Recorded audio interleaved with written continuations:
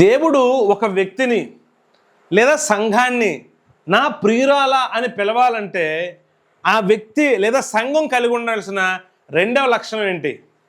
ఒక భర్త తన భార్యని నా ప్రియురాల అని ఎప్పుడు పిలవగలుగుతాడు?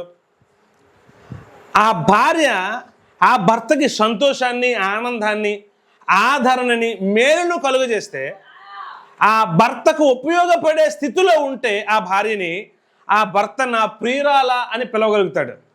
దేవుని నమ్ముకున్న వ్యక్తి, దేవుని సంఘంగా ఏర్పడినటువంటి వ్యక్తులు దేవునికి ఉపయోగపడే వ్యక్తులుగా ఉంటే అలా ఉపయోగపడిన మనిషిని లేదా సంఘాన్ని దేవుడు నా ప్రియురాల అని పిలుస్తాడు. దేవుణ్ణి నమ్ముకునే వారిలో స్త్రీలు ఉన్నారు, పురుషులు ఉన్నారు. నీవు స్త్రీవైనా లేక పురుషుడివైనా దేవుణ్ణి నమ్ముకున్న కాని నుంచి నీవు ఆయనకు ఉపయోగపడే పాత్రగా మారాలి. బైబిల్లో ఫిలిప్పీలకు రాసిన పత్రిక 4వ అధ్యాయం 3వ వచనంలో ఆయనకు ఉపయోగపడే స్త్రీలు అక్కడ కనిపిస్తారు మనకి. నిజమైన సహకారి ఆ స్త్రీలు క్లెమెంతుతోనూ నా ఇతర సహకారులతోనూ సువార్త పనిలో నాతో కూడా ప్రయాసపడిన వారు. పౌలు గారు సువార్త ప్రకటిస్తూ ఉండగా విస్తారమైన సమస్యలు, ఆయనతో పాటు మరికొద్ది మంది సువార్త ప్రకటిస్తూ ఉండగా భయంకరమైన ప్రతికూల పరిస్థితులు ఎదురవుతూ ఉండగా వాటిని లెక్క చేయకుండా రక్షించబడినటువంటి ఒక ఇద్దరు స్త్రీలు ఆ సువార్త పనిలో వారితో కలిసి ప్రయాసపడుతున్నారు. వారి పేరు 2వ వచనంలో ఉంటుందండి, యువోదియా, సుంటికేను. ఇద్దరు స్త్రీలే. ఆ ఇద్దరు స్త్రీలు కూడా రక్షించబడిన దినం నుంచి ఆత్మలను రక్షించే పనిలో, ప్రభువుకు ఉపయోగపడే పనిలో ప్రయాసపడుతూ జీవిస్తున్నారు. ఈరోజు చాలా మంది స్త్రీలు రక్షించబడ్డారు, మందిరానికి వస్తున్నారు, కానీ దేవునికి ఉపయోగపడే స్థితిలో మాత్రం ఉండటం లేదు.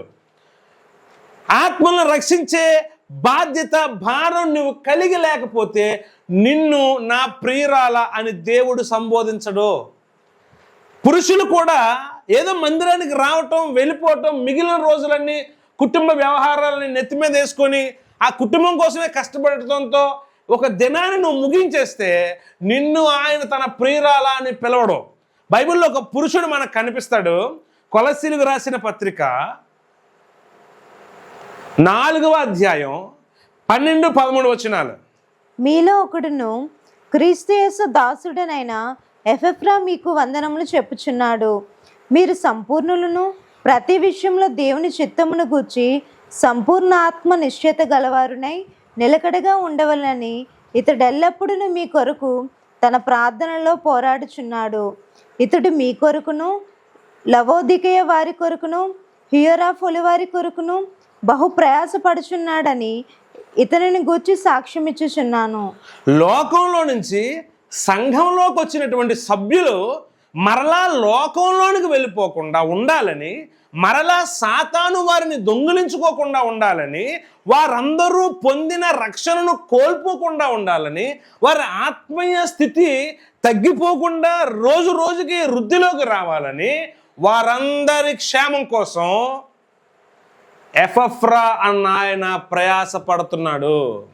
చాలామంది రక్షించబడుతున్నారు, సంఘంలోనికి సభ్యులుగా చేర్చబడుతున్నారు, కానీ ఎవరిని మృంగుదునా అని తిరుగుతున్న అపవాదికి దొరుకుతున్నారు. వాడు మరలా వారిని పట్టుకొని లోకంలో పడేస్తున్నాడు. ఈరోజు రక్షించబడినటువంటి ప్రతి పురుషునికి, స్త్రీకి నేను చెప్తున్నాను, వారిని రక్షించడానికి కష్టపడుతున్న వారులారా, రక్షించబడిన వారు మరలా లోకంలోకి వెళ్ళిపోయి, మరలా సాతానుకు చిక్కుబడిపోయి, మరలా లోకాశల్లో మునిగి తేలే పరిస్థితి ఉంది.